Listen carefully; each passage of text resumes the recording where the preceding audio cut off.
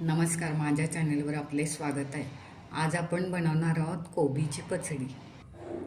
साहित्य पाहूया आपण। कोबी मी इथं धुवून चिरून घेतलेला आहे। चवीनुसार मीठ आणि साखर।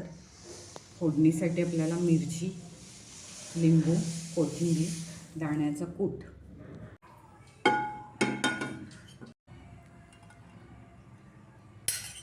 मिरची घालूया।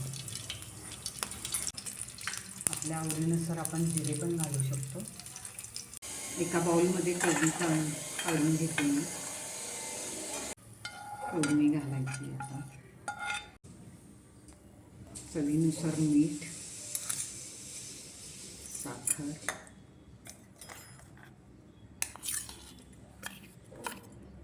शेंगदाण्याचा कूट,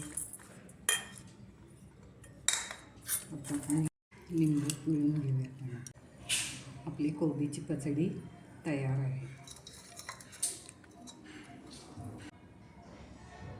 ही रेसिपी आवडली असेल तर लाईक करा, शेअर करा आणि कमेंट्स करा। माझ्या चॅनलला सबस्क्राईब करा। धन्यवाद।